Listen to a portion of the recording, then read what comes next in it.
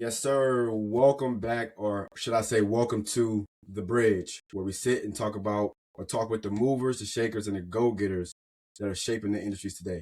Today's guest is not only other than Pastor Dr. Mr. Tyrone Nelson. I had to give the whole name. I can't even skip anything, right? A Richmond native, pastor of Six Mount Zion, and is on the board of supervisors for the Verona district. He's turned grit, hustle, and smart invest into a blueprint for success. And we're just gonna get right into it, talking about mindset, money moves, and what's that fire, burning desire you have. All right, Yes, sir. Looking forward to it. let's go. All right, so my first question, let's get right into it. My first question is when people hear politician and pastor in the same sentence, what can you assume about the two? Like, is there like a difference, or like how do people think about that in general? I'm certain that there's probably some negative connotation, but I mean, part of the reason why I was kind of motivated by Dwight Jones, who is at the time when I first met him, I was a young kid. He was pastoring First Baptist South Richmond, which he still does, and he was pastoring a church out in the community where I grew up in Verona. He was also at St. James Baptist Church. Eventually, ended up becoming the mayor of the city of Richmond for 8 years. I want to say '08 to 16. Um, and so, but before that, he was serving in the House of Delegates. He just kind of showed me that you can be involved in both. I mean, I grew up as a kid, kind of, following the work in the civil rights movement, human rights. Those things were important to me, but I also grew up as a church kid, and I realized that, most of the moves in the black community happen in church. So, I felt a call to ministry, but I also knew that my call was beyond that. And I'm just fortunate enough to serve in a church where they allow me to be majorly involved in the community. And so, uh, I guess, preacher, Yeah, politician, it is what it I is. I got mean, you. yeah, I think I'm just a diverse guy that's involved in a whole lot. Yeah, okay. I Yeah. definitely understand that from a viewpoint of like not putting yourself in the box. Because Hmm. personally, growing up, I've never seen exactly what you're doing. Like a pastor Hmm. keeping good morals, good value, while also being in politics. That's Hmm. sometimes when you think about it, you'd be like, oh, those two things are like super parallel. You tend to stay away Hmm. from it, Hmm. but it's very honorable to be able to navigate both situations while also staying true to yourself and staying true to the community. I know I've seen you, it's like a full circle moment. So I've seen you Yeah. plenty of Right. times at basketball games, football Hmm. Hmm. games, in general. Hmm. So it's like full circle for me. And so Hmm. like you talked about being called. Hmm. Me being young, and I have a lot of other young viewers too as well. What moment made you realize that you were called to serve people? No, that's a good question. I guess I can remember it, you know, as it relates to the ministry part of it and the greater calling of people. Just as I don't know. I just feel like uh, since I was young, I knew whatever I did was gonna probably involve people. Like my first job was working at what is now the Boys and Girls Club, but when I was growing up, it was a boys club. So I was like a youth counselor, and then I started working for my uncle, who was an entrepreneur. He had all these little small businesses, Yeah. primarily like a car wash and gas station and all this. I went to school. I had a decent GPA, but I was not focused. So I graduated from Thomas Jefferson High School in the city of Richmond, but I went to ODU. Uh, I was just telling my daughter this past weekend. So when I was 8 years old, I met Ralph Sampson. So I don't know if Yeah, your gotta younger explain listeners to me will who know he who. is. Yeah, yeah. So Ralph Sampson is like this 7'4" um, dude that played for the University of Virginia from like 80 to 84. Then he went on and played in the NBA, played for the Houston Rockets, etc. Like a legend to people my age. And so when I met him, he actually made me become a University of Virginia athletics fan. He didn't make me, but I just became one. So as a kid, I always wanted to go to UVA. So I get to the 12th grade, I'm afraid to apply. I'm afraid to, Take the next step. you know, to try to go to UVA as a student. Um, and so I only applied to go to Old Dominion and Virginia Tech. So I ended up getting accepted both of them, but I went to Old Dominion. It was just too much going on at Old Dominion.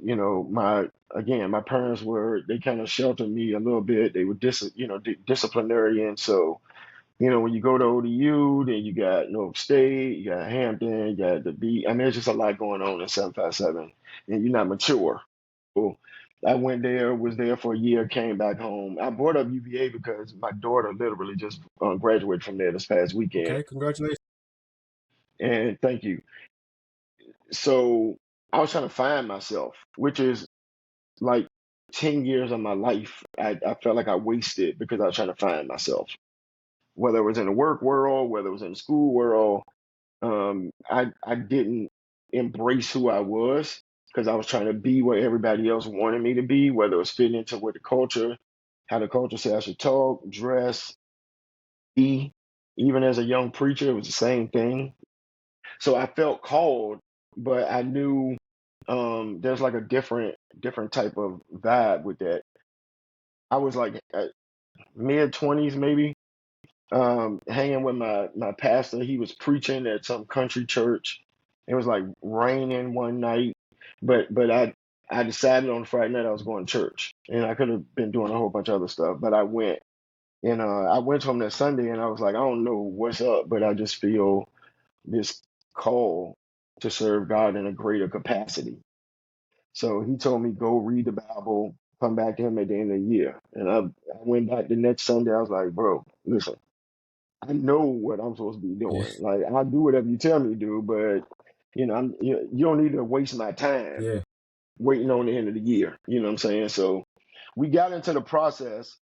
And once I got into it, I just kind of felt comfortable. It just took me a minute to catch my voice. So when I first started, I was trying to emulate the hot guys at the time who were also just starting. Mm-hmm.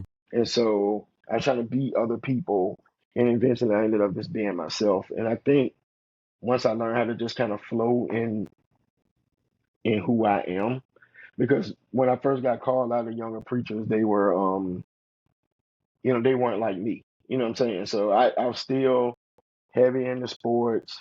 I listen to hip hop, more than I listen to gospel music. I didn't like dressing in suits. When I first started at the church where I am now in 2005, after they voted me in, I got the keys to the church, was able to move into my office and everything. I still remember like it was yesterday. I had on like some slides, some shorts, a t-shirt, walking in the building. They was like looking at me like, bro, like What what you did we doing? just do? Yeah, who? Like who is this dude? But 21 years later, I'm still here. And the church has allowed me, which I appreciate, the church has allowed me to be who I am. And the calling for me is to just be who I am. It's not about, the way I preach or what I look like, or, it's just when I get up on Sundays, I am who I am. When I'm at Holland Springs at ball games or whatever, I am who I am. When I'm at meetings at the airport or whatever, I'm not putting on airs. I'm not changing my voice. I'm not trying to, perform so people can feel comfortable around me. Like when you get Tyrone, you get Tyrone. That's just what it's gonna be. Question for you. Like, I'm sure the version of the calling that you feel like God has you on right now is vastly different than when you started out at 25, 26, 27. hmm How do you feel like that? How do you feel like God changed you along that way to go into different avenues and facets to the point that you're at right now? Because it's never a straight line.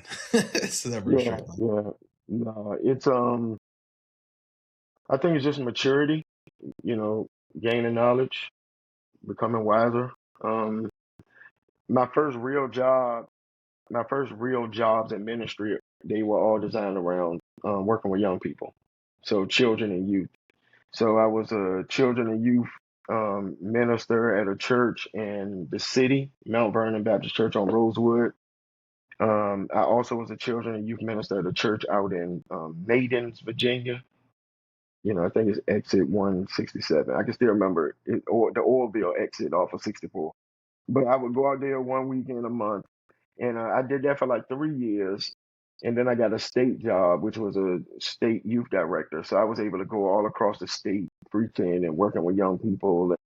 20 years ago, was this huge retreat that we did for youth called the Youth Retreats at Eagle Ivory.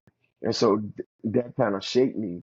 But once I got the call to serve as a pastor in a church and having to deal with seniors and, kids and men and women, that matured me quicker because I couldn't just be with kids. I had to be with everybody.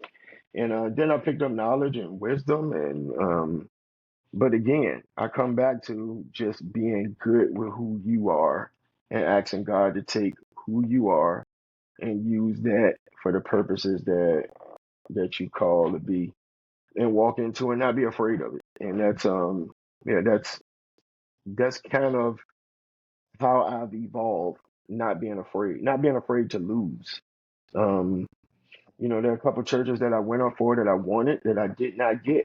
And I'm glad I didn't get them now. You don't see it in retrospect because if I would have got them, I might not be doing what I'm doing right now. So I'm at the place where I am. The first time I ran for public office in 2007, I ran for school board. I lost. You know what I'm saying? I lost by like 19 points. 4 years later, I ran and I won by like 19 or 20 points. And so I think if I would have ended up on the school board first before the board of supervisors, I don't know if I would be where I am. So ultimately, it's about you can't be afraid to shoot your shot when you get it, and what's gonna happen is gonna happen, and you got to quickly adjust if it don't turn out the way you want it to turn out, and then move forward. Yeah, I'll get you on that. Shoot or shoot. Yeah, yeah, for sure. Shoot or shoot. Yep, for sure. Shooters keep Yep. on shooting. And Hmm. you to kind of unpack what you talked about just now. From what I heard, it definitely sounded like throughout the course of your life, you've had like some type of mentor to kind of help guide you and give you guidance to get to where you are now, right?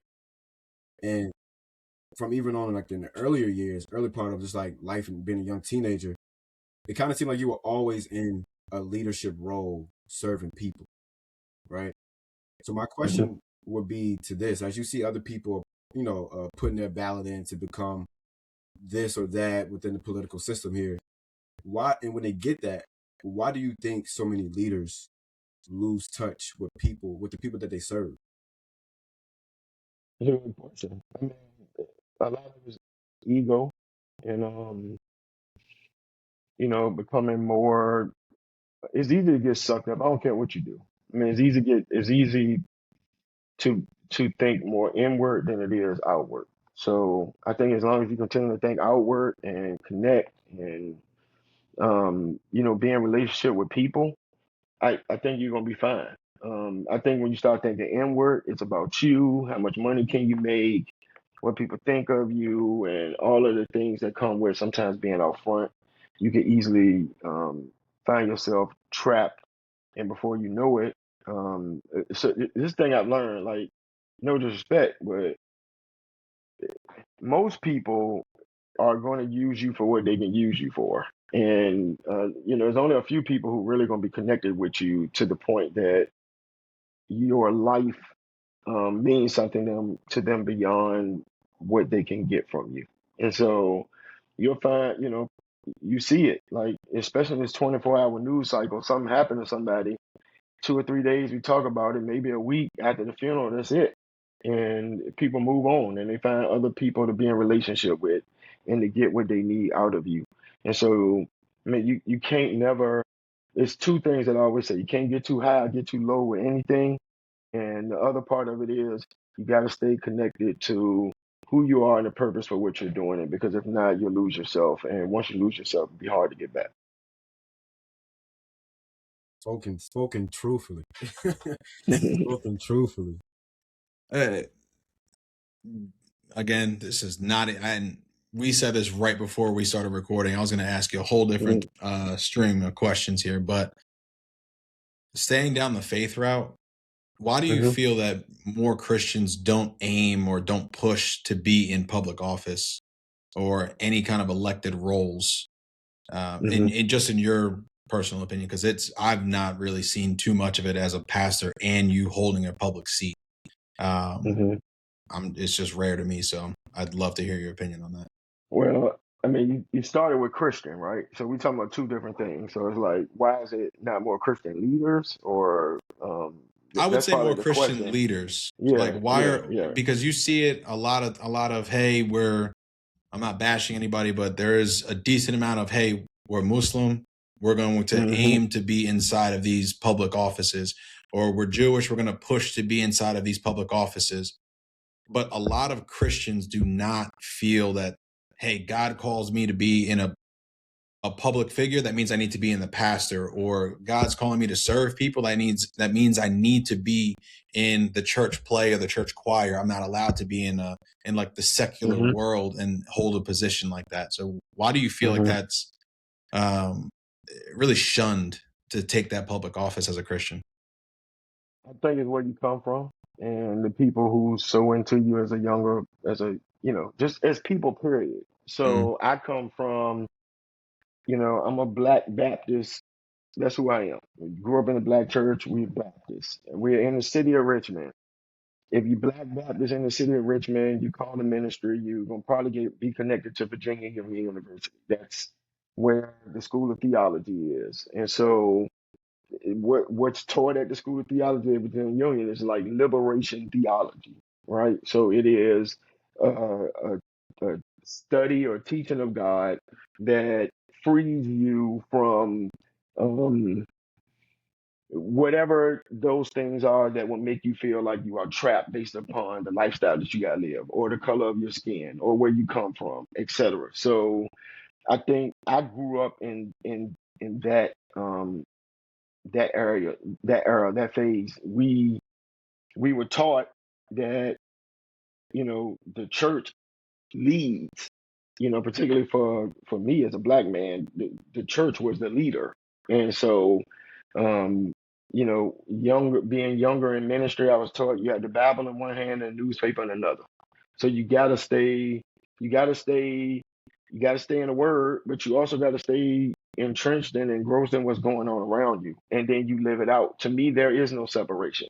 You can do both. There is no separation of how you are in one set and then how you are in another. Like, I can be who I am every space I go into. And that doesn't mean that I need to be spewing scripture at you.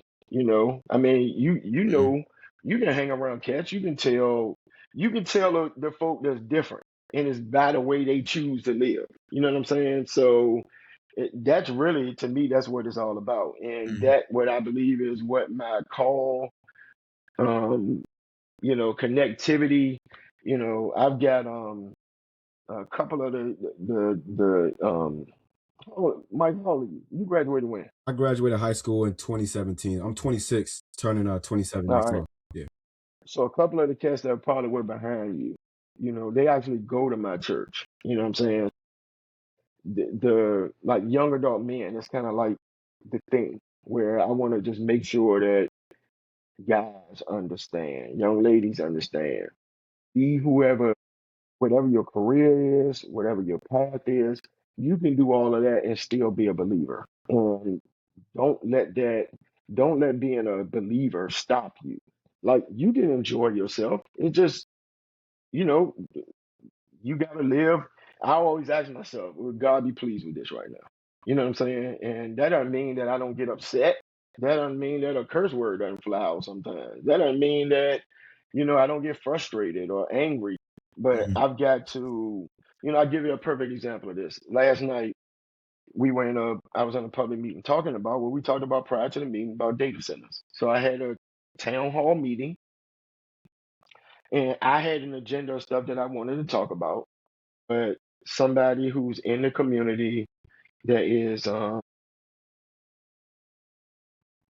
I don't want to say anti-me, but we don't see Strong things, feelings we don't towards one see. each other. Right. We don't have the same. We're Strong not on the same feelings. team. Yeah, Yeah. we're not on the same team. So they had kind of put the word out that I was having a meeting and encouraged folks to come. And there was about 50 people that came. News media showed up, and it's like I'm speaking, and when Barack Obama was president, one of his State of the Union addresses, one of the people in the party opposite him hollered out, "You're a liar." Even if they felt like that. So this individual hit me with that last night. You're lying about something that I said Mm. How do you, for 5 seconds. yeah, how For do you, 5 seconds. Hold on. Let me tell you. For okay. 5 seconds, I was out of self.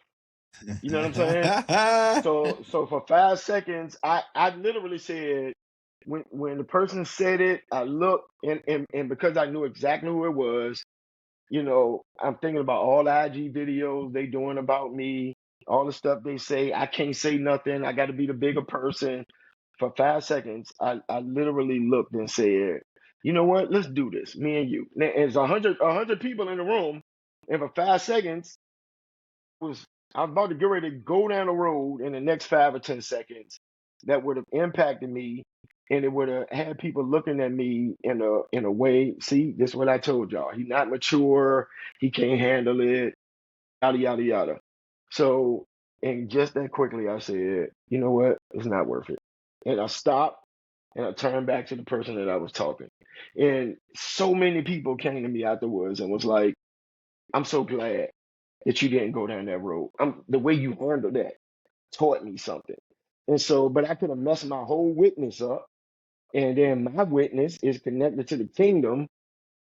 And it's stuff like that would then have folks saying, I told y'all, um, he won't. And again, I'm not perfect. So there's a whole bunch of people. If people follow me around every day, they can find a whole bunch of stuff that I do that God might not be pleased with. Just or things in my head or whatever be the case. But the journey with trying to be who you are, should not the world probably would be a better place. Yeah. If I mean, even right now, look at folk in the White House, all these folk claiming their connection to God at doing some like The fruit is not apparent. yeah, right. The fruit, Doing some stuff, yeah, fruit, doing some the stuff fruit is that is just missing there. It's not not. bearing good fruit. That's Yeah, I tell folk all the time, we got different gods. You know what I'm saying? Like, cause my God ain't gonna motivate you to do some of the stuff you do. So facts. That lead me to ask this thing: when you get on like the White House and just two different sides of the aisle in general, not specifically talking about one aisle or the other, but talking about it as a whole. Do you believe America has a leadership problem or a value system problem? probably more value.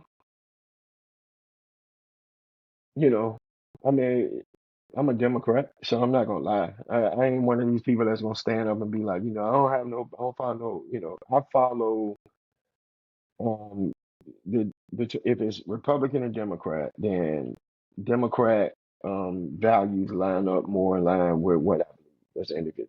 And so some of the things that I believe is that God created all of us. We are diverse. It ain't no centralized race that is better than anybody else. That women and men are to be respected. People can be in a relationship with whoever they want to. It ain't my business. You know what I'm saying? It's not my business of who you love and all of that stuff. Your body is your body. These are things that kind of line up with what's important to me. And part of it is, you know, I've got a son, 25 years old, and and my son was in school with you, Mike. I mean, probably like a year. I think he graduated at 18, if I can remember, From Hot at Springs? Highland Springs. Yeah, Highland Springs. Yeah. But bigger dude, he didn't play football or nothing. But right now, I mean, he's a bigger guy, hair all on his face, hair grown out. And if police rolled up on him, Yeah. you know what I'm Yeah. saying? Like, but he a business owner. He got his own company. Yeah. He make more money than I do. You got what I'm saying? I see the So ads all the time too.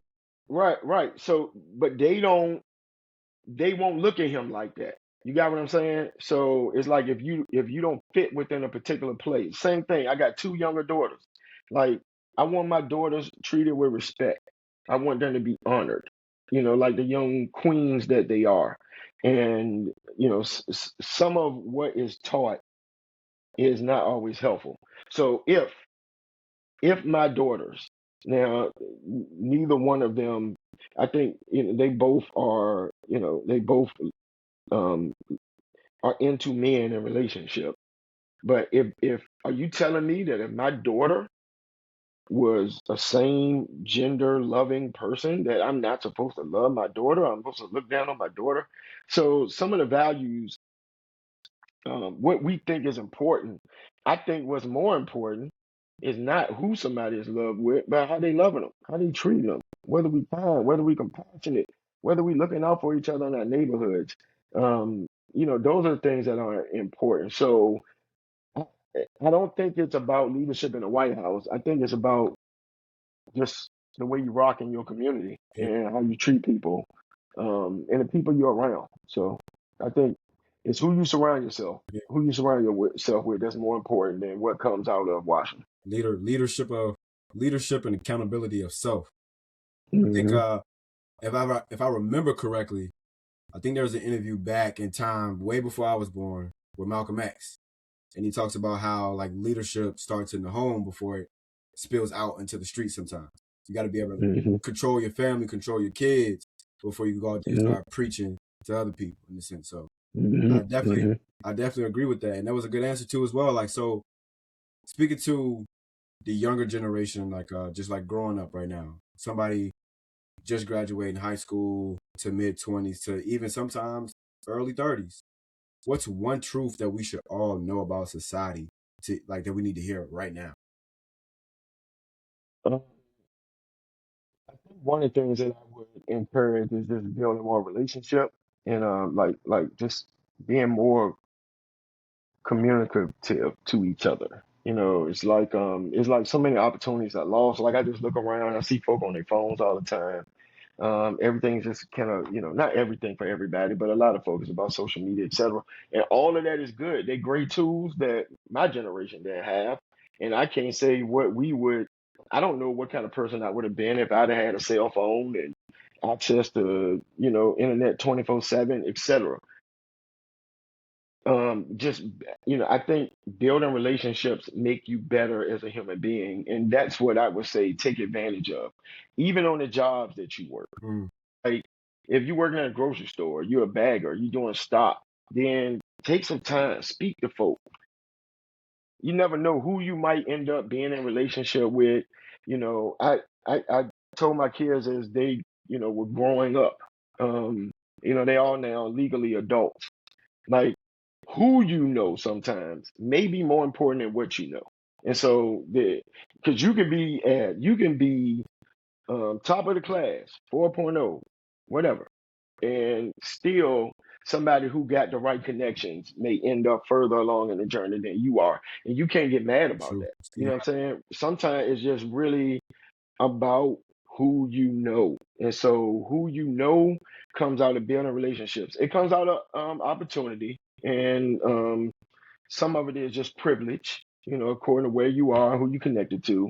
But I would just say sometimes just lift your head up, according to where you are, put the phone down for just a second, just so you can, look at who are in the surroundings that you're in, and speak, talk, go up to people, introduce yourself.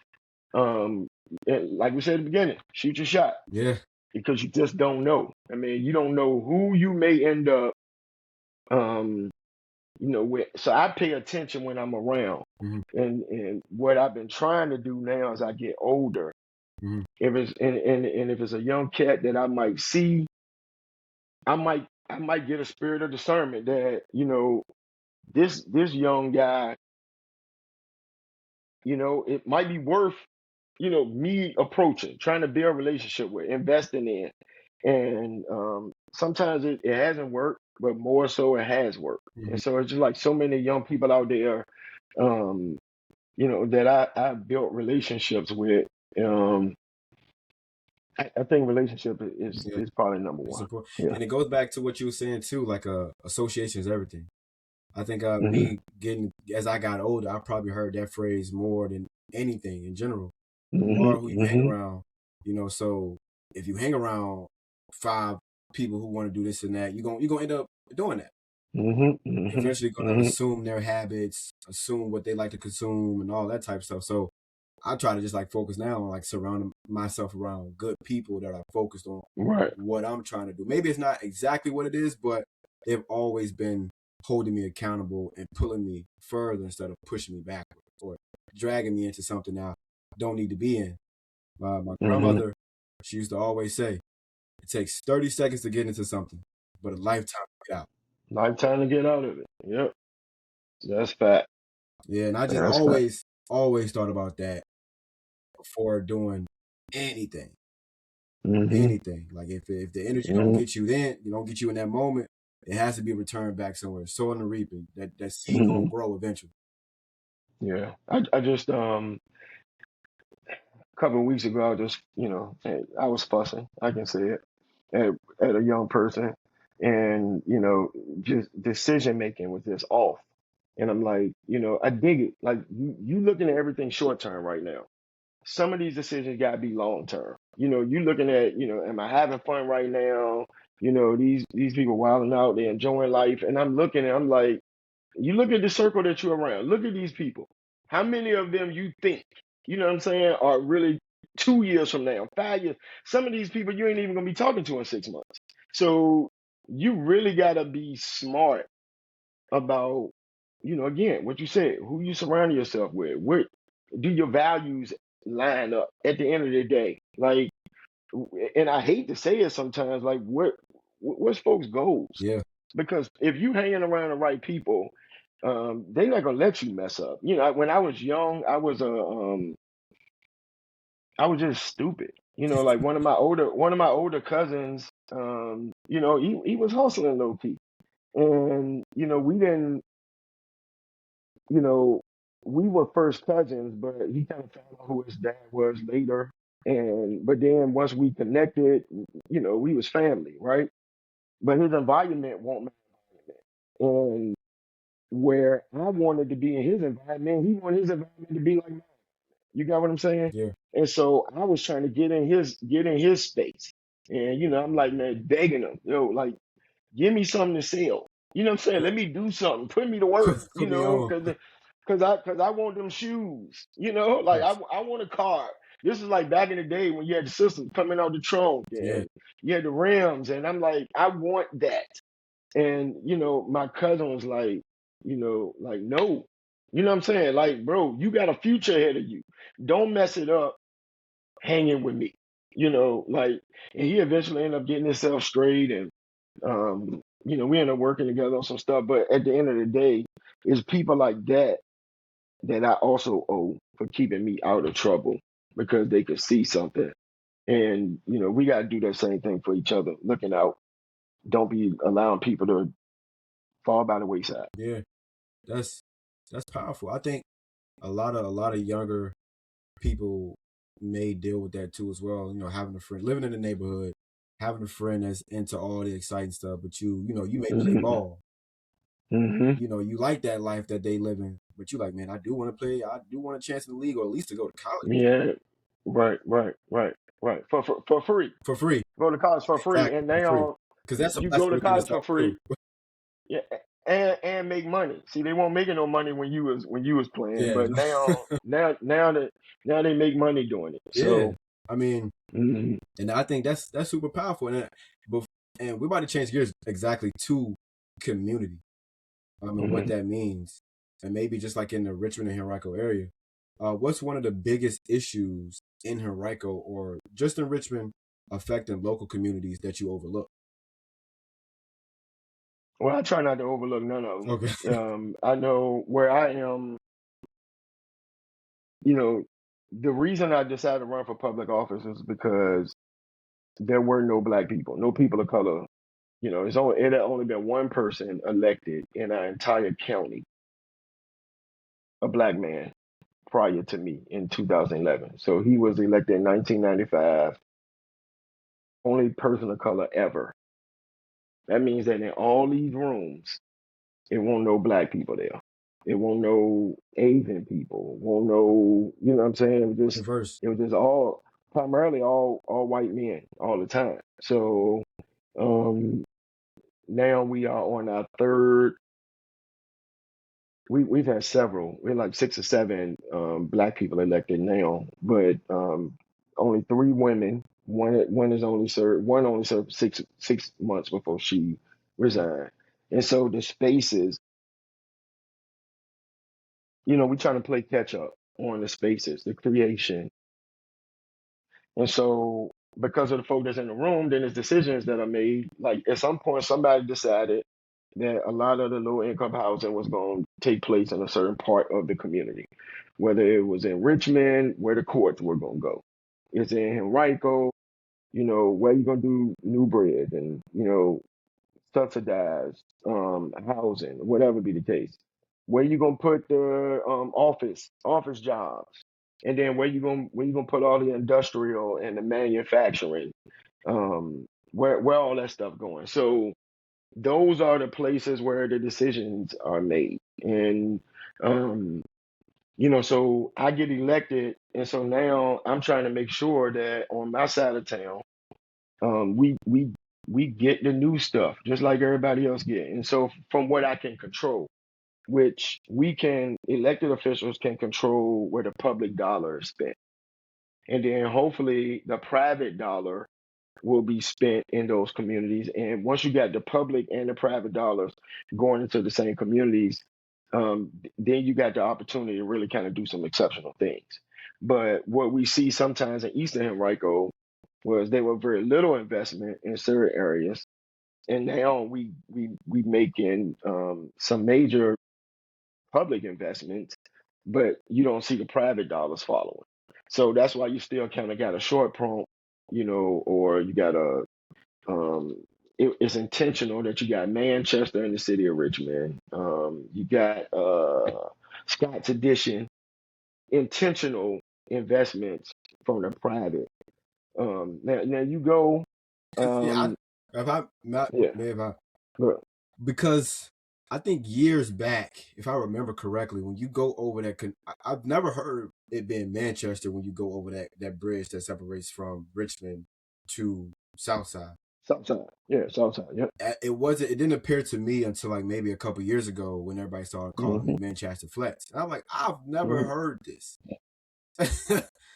Like Yeah, maybe I was like recreation. late to the party, but I've always associated that whole Yeah, place. it was just Southside. Once you Yeah, cross the river, you were in Commerce Southside. But Road. that's Now it's Manchester, and I'm like, oh, okay, yeah, okay, but that's what I'm talking about. That's the private dollars, which then force the public dollars to follow with the infrastructure, with the streets and the utilities and all that stuff. So it's a bigger conversation, but you got to be in a room to make the conversations, right? yeah, So, so you graduated from the old Highland Springs building, but the new Highland Springs building, the kids who went there after 22 or whenever 2021, whenever the building opened up, folk don't have no clue that a new Highland Springs High School was not in the works. But what happened was when the schools started talking about building a new Tucker High School, then that gives us an opportunity while we're in the room to say, if you want my support for a new Tucker High School, then you got to build a new Highland Springs. And so I'm just going, with this, I'm just going, tell folk like, yo, that's what I'm talking about. yeah, And right, go racist. They don't care nothing about the East End. You know what I'm saying? So, but you got to be in a room to have these conversations. And now, look, I was just in the building this week, and I just walk around and look at the school, and I'm like, I wish you know what I'm saying? Like, God, man, this joint is crazy. Like, this school, the facts. inside of that school is a cathedral, Yeah, and you walk around and primarily 85-90% of the kids in the school black. You know what I'm saying? So what we can control, what a new school look like, what a renovated school look like, what a library looks like, fire stations, the police department, turf fields. You didn't pay on the turf fields, or did you? Were the turf fields there when you were there? Nah, Right, right. no, So now straight grass. all of our schools in Henrico County, they playing on turf field. Now you go to a place like Hopewell, Petersburg, They got even some of the Chesterfield schools, ain't no turf field, so it's like you try to set it up with the advantages, but you gotta be in the room. And if there's nobody there advocating for you, when you put poverty on poverty, that's what you're gonna get. My church is right outside Gilpin Court, one of the largest um, public housing project units on the in the East Coast in Virginia in the United States. One of the largest. Every unit over there, there is some level of poverty associated with it. You can't stay there unless you are in a poverty-stricken condition. And so, you know, we we have to do what we can as a community to kind of make sure that we are providing opportunity for everybody to get out of poverty and live in a community where they have a chance. So I don't know if I answered the question, but Oh I yeah, was you on my did soapbox. definitely, and you Yeah, gave more information. It's yeah, just like Yeah. yeah. Mm-hmm. it really just prompted me to kind of ask this in a way like, why should I mean, you explained why should young people look at local news and local politics and things like that. But could you give a like more defined answer, like why is it important for young people to be involved or at least know what's going on around your community? And so it impacts your life. So that's one of the things that, as a pastor of a church, most of my sermons, I'm gonna have something in there about what's going on, right? So that is important. Like I am constantly trying to educate my folk. We say all the time, if you 18 and you can vote, you can't be a member of our church unless you vote. You know what I'm saying? So you can't hold that to folk. But that's just how important it is that you stay in tune with what's going on. So you ask yourself the question, like, why is gas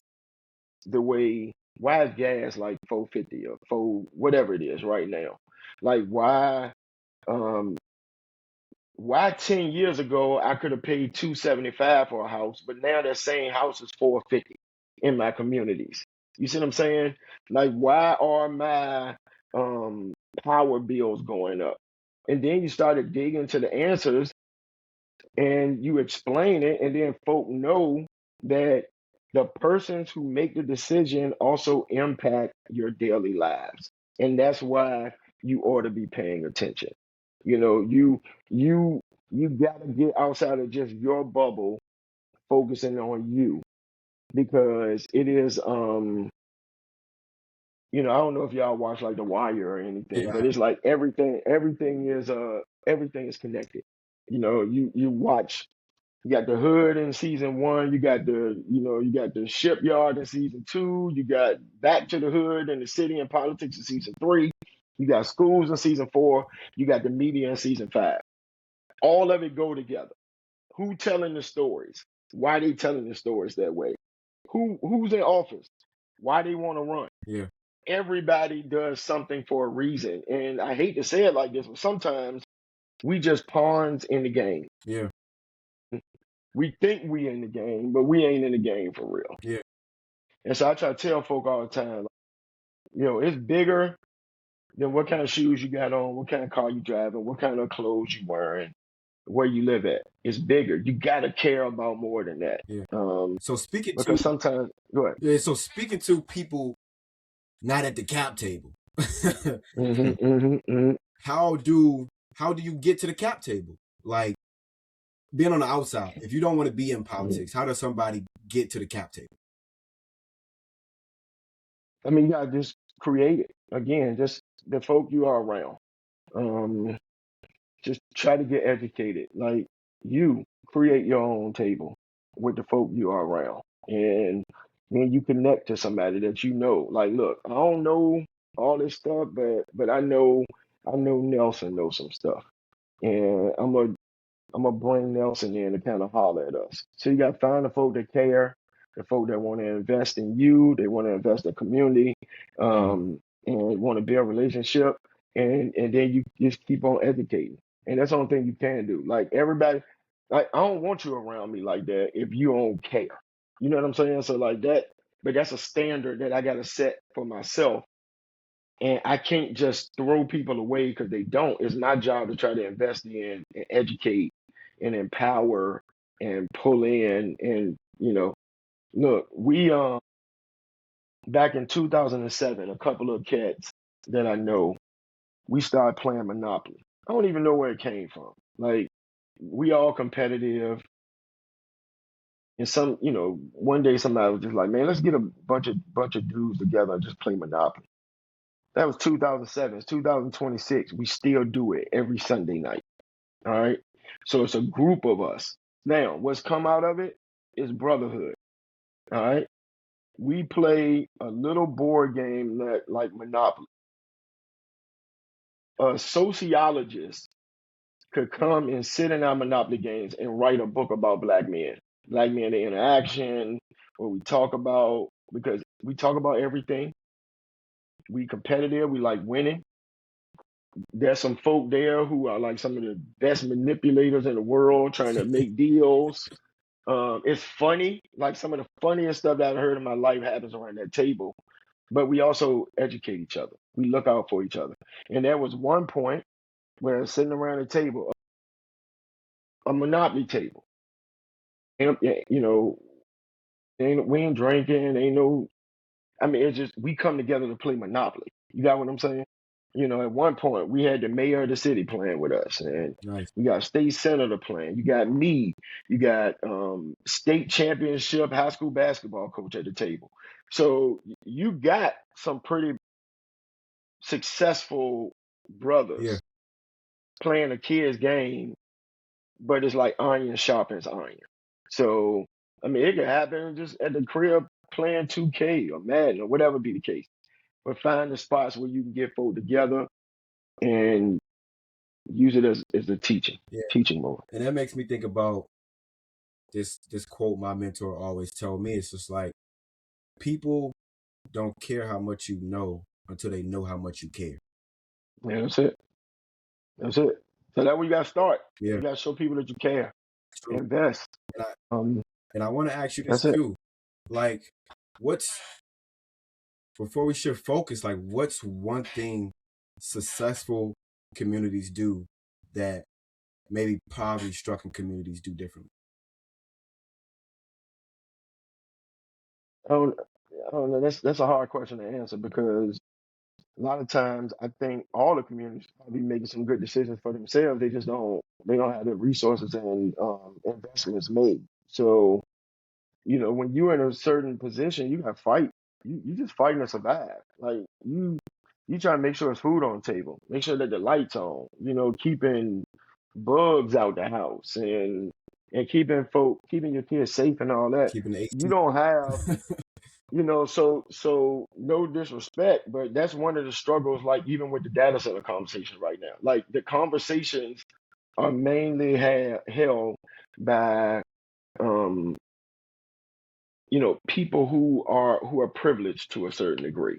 And so one of the things that I was trying to explain to somebody is some of the communities that I represent, it's not that they don't care about how a data center might, use up water, or, knocking down trees to build the buildings, or certain emissions that come off any building that is polluting the area, whatever they are putting out into the community.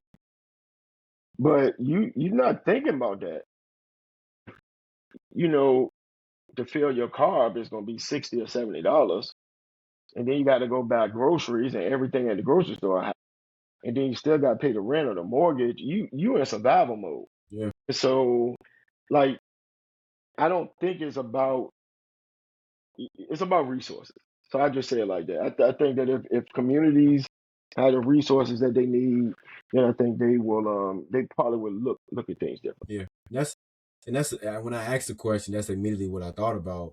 That's like the things that we're speaking about right now. I went to Randolph-Macon College, and and some of the books that had access there, other schools didn't.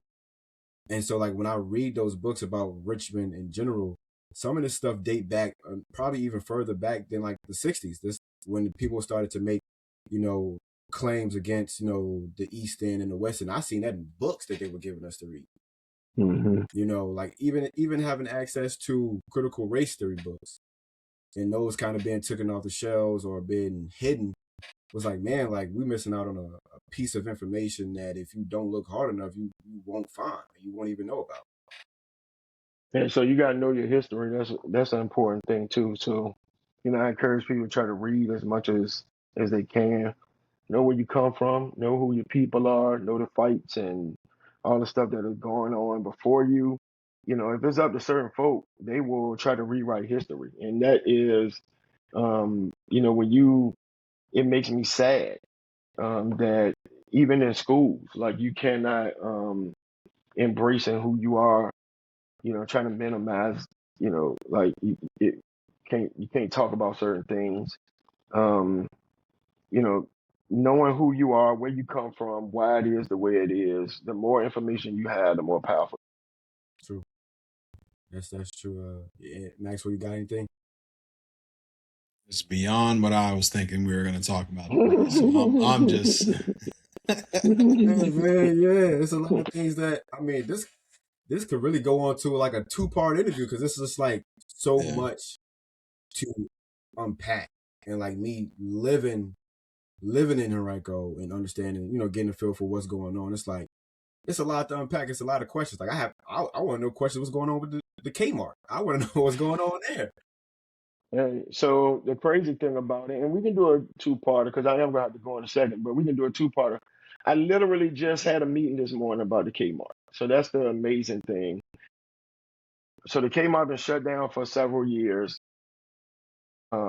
There is, so I met with somebody at VCU. The health system is thinking about partnering with some other folk to create a center, like a workforce development center for the pharmaceutical industry. But also it can become like a work site for VCU students. The thing is, they can't knock the building down. The building has to be rehabbed as it is. But it could be a project that connects several schools, state funding, county funding, etc. I'm excited about that. So like I'm 100% in. Hold on for a second. Hey, you can't get in the building?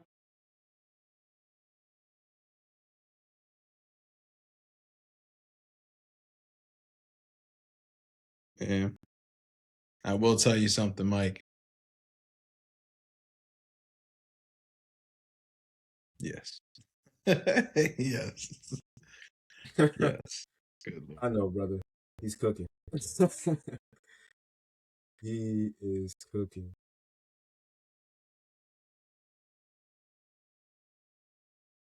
Second. I'll mute. All right, you're Are we back. good? All right. So what I'm saying is that building, which was like a retail hub in the community for decades, like I used to live in, it used to be called Jarrett Apartments. Mm. I think it's called 11 North or whatever the big apartment complex is over there. When I was a kid, we had a possibility, if we can work it all out, to turn that old Kmart into like a workforce center that could connect Virginia Commonwealth University and some other colleges with some pharmaceutical companies, and then turn it into a workforce spot. So it could take 4-year students, it could take 6-year students. So that's like undergrad and master, or which is the part I'm most excited about, for the folk that aren't in school but want to get jobs like in the pharmaceutical world. So so that's what's going on. That's a possibility. Other possibilities are knock the old Kmart down. I got a developer right now who wants to knock the Kmart down, put some townhouses, apartments there, and then on the out parcels, like put some little stores, Chipotle and all that. I'm not excited about that Yeah, I as was just like, much. Yeah. I'm not excited about that as much. We yeah, definitely need housing there. I mean, we definitely need more housing in the community. But me, like the whole little out parcel things, because you can't control what goes there. So now you got 8 out parcels. You're talking about a Chipotle in one of them. Like, okay, what about the other 7? Then next thing you know, it's gonna be like a vape shop, a barber. You know what I'm saying? It'll be a bunch of other little crap that, which is a whole nother thing about the proliferation of chicken places, storage units, car washes, alcohol, liquor, all, yeah, right, in our communities because they think that's all we want. yeah, And evidently, to a certain degree, it must be working yeah, because they Yeah. keep opening up. yeah. So, And that makes me yeah. think about, and I'm sure y'all have seen this, the scene, and what is it? Not Don't Be a Menace.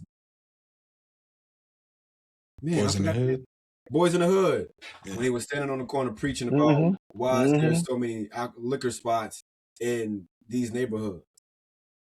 And I was just like, Mm-hmm. that made me think about it. It's like, no, we don't need too many out parcels that can be filled up with ABC stores, vape stores. Like, yes, it's profitable, but we need to develop the community that we already have now so they can go out and do what they need to do for their families.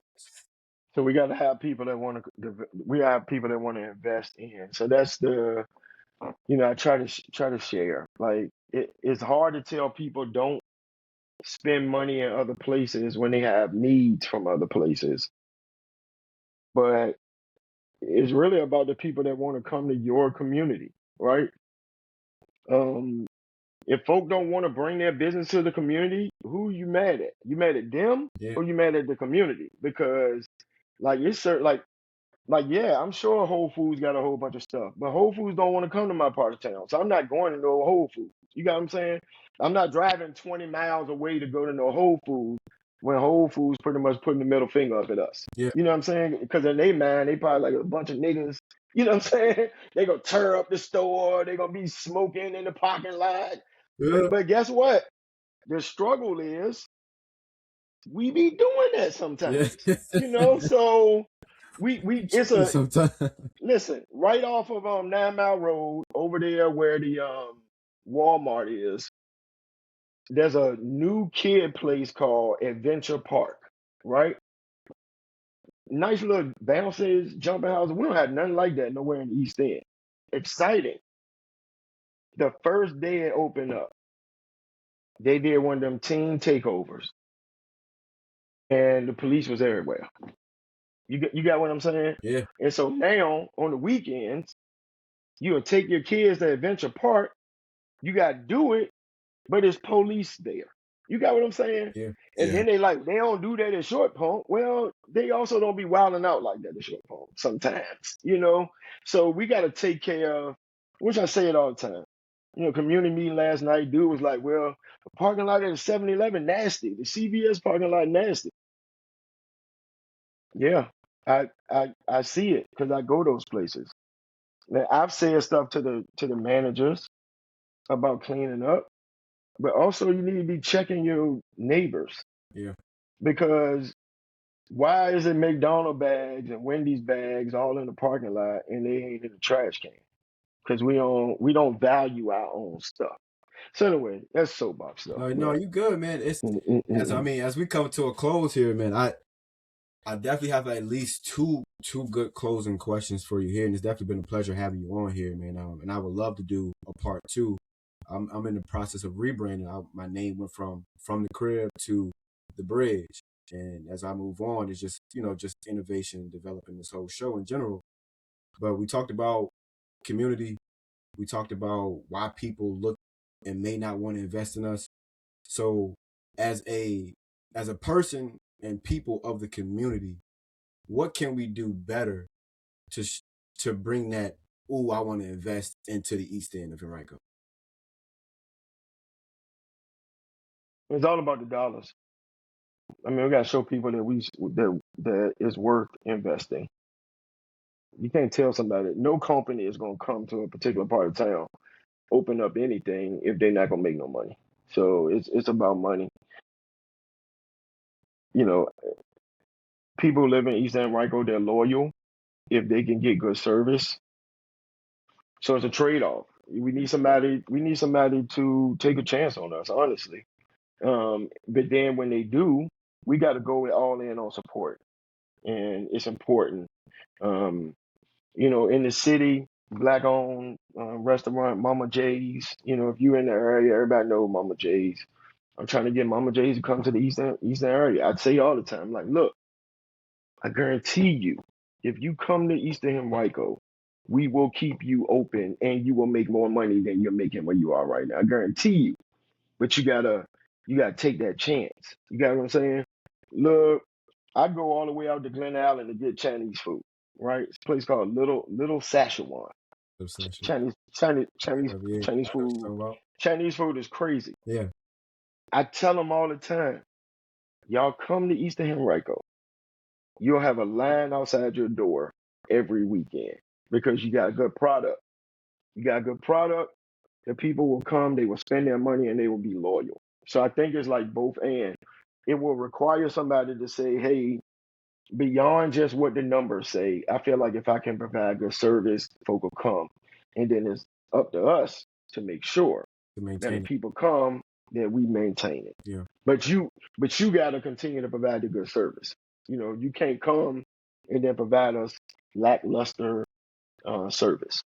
If you Chick-fil-A, the same type of Chick-fil-A I get in one part of town is the same, I want to get in like the East End. if I get the,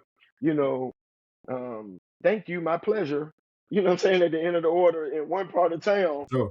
when you come to East End, you better be saying the same thing, Because we right? watching for So, it. right, we don't be coming and giving us no downgraded service. Yeah.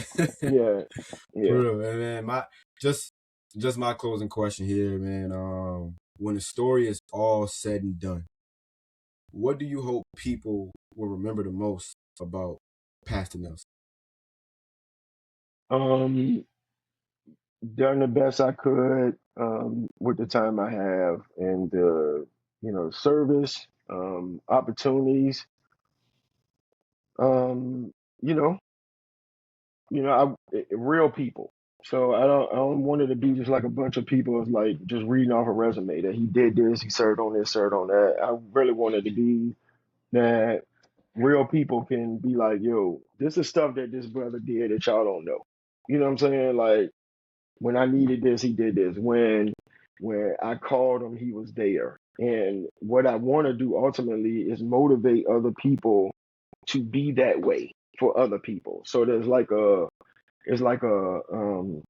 it's just the way it is. And mainly for young brothers to be okay. Well, you can be smart, you can enjoy what you're doing. You don't have to be like succumbing to the pressure of to be somebody you're not. Like, we got to bring folk up instead of letting folk bring us down. Yeah. So that's at the end of the day, I just really, you ain't got so much time on this earth. Do the best you can with the time you Yeah. Just keep swimming. get. Mm-hmm. And we're gonna bring it to a close with my favorite saying. In a world full of suckers, just make sure you stay sucker free. I know that's right. I know that's right. I like that. Yes, I sir. like that. Yes, sir. And that's it. Pastor Dr. Nelson, I definitely do appreciate you coming on the show. We definitely got to do a part 2. Next time, Yes, sir. I want to be sitting down having this conversation. You take the All right. part out of it. Let's make it happen. Let's make it happen. Appreciate y'all, brother. Absolutely. Appreciate you too. No worries, Pastor. All right. Take care. Goodness.